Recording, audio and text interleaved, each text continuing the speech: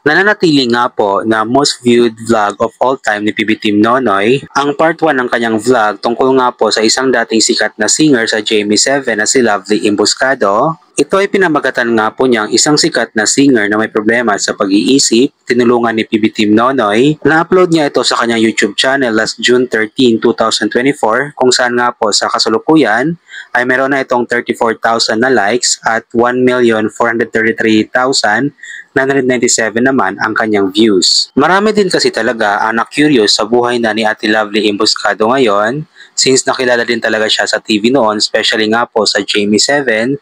Kaso nga lang ay bigla na nga lang siyang nawala at wala na pong update ng mga ilang taon. Kaya nang mablog nga po siya ni PB Team Nonoy ay marami nga po kaagad ang nanood. Nang mapanood nga po ng mga tao ang kalagayan nga po ni Lovely Emboscado ay sobra talaga sila naawa, lalong-lalo na yung bahay niya o yung tulugan niya ay talagang hindi natin matatawag na bahay dahil nga napakadelikado tignan at baka may ahas nga po.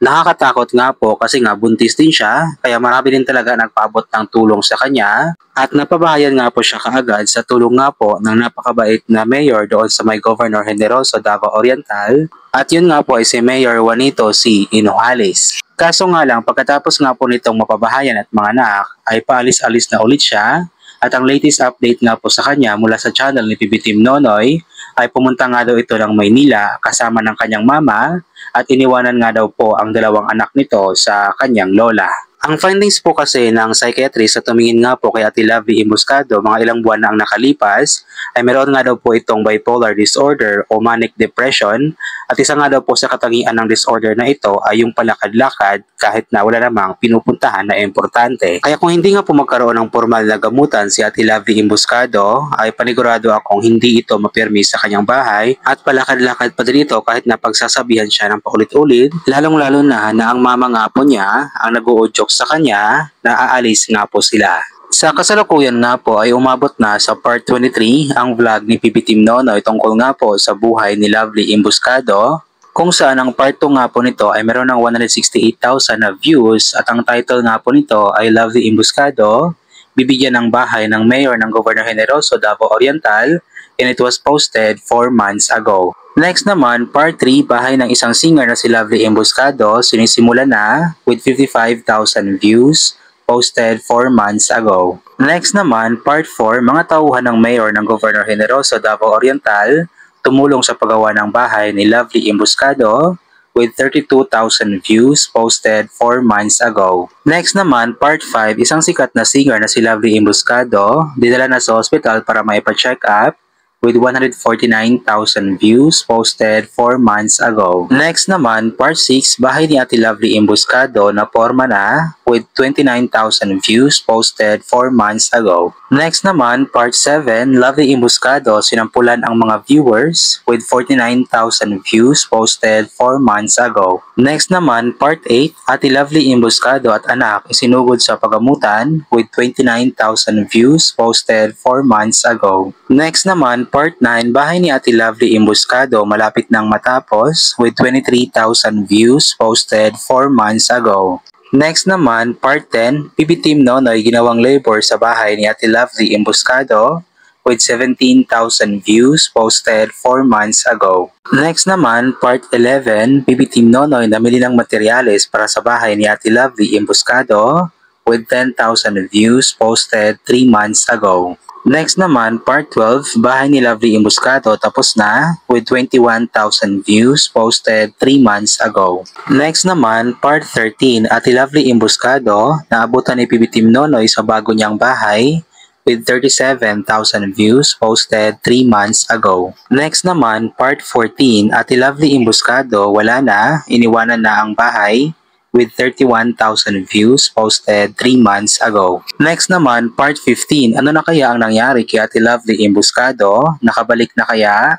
With 11,000 views posted 3 months ago. Next naman, part 16, bahay ni Ate Lovely Emboscado tapos na ang pagkabit ng glass, ano na kaya ang desisyon? With 11,000 views posted 3 months ago. Next naman, part 17, PB Team Nonoy nagalit sa mama ni Ate Lovely Emboscado dahil sa palakad-lakad nila with 35,000 views posted 3 months ago. Next naman, Part 18, Lovely Emboscado, pinuntahan ni PB Team Nonoy para hatidan ng mga damit with 19,000 views posted 2 months ago. Next naman, Part 19, PB Team Nonoy binantaan ang nagiba sa bahay ni Ate Lovely Emboscado with 30,000 views posted 2 months ago. Next naman, Part 20, Lovely Emboscado, may inamin tungkol sa ama ng kanyang anak, isa palang Indiano, with 18,000 views posted 1 month ago. Next naman, Part 21, Ate Lovely Emboscado, iniwanan ang anak with 19,000 views posted 3 weeks ago. Next naman, Part 22, bahay ni Ate Lovely Emboscado, inabandona na niya, PB Team Nonoy nawalan na ng gana, with 20,000 views posted 12 days ago. At Part 23, Ate Lovely Emboscado, tuloy nang iniwanan ang mga bata, pumunta na ng Maynila, with 14,000 views posted 7 days ago. At bago lang po tayo magpapatuloy ay huwag po sana nating kalimutang suportahan palagi ang mga videos na ina-upload ni PB Team Nonoy sa kanyang YouTube channel. Huwag po natin skip yung mga ads na lumalabas para may chance na mas malaki yung papasok na revenue na maaari nga po niyang may tulong sa mga kababayan nating mga katutubo doon sa Davao Oriental. At pakishare na din po sana ng mga videos na kanyang ina-upload nang sa ganoon ay marami pa pong makakapanood ng mga vlogs na kanyang ginagawa.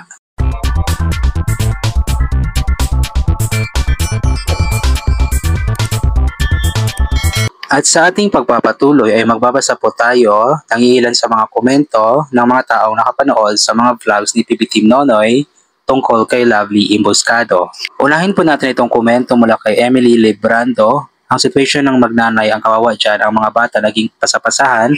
Dapat ipakwa na lang yan sa DSWD para naman maalagaan ng maayos. Sayang sila, ang daming nangangailangan ng tulong. Ingatan mo na lang sarili nyo dahil marami pang nag-aantay na tutulungan.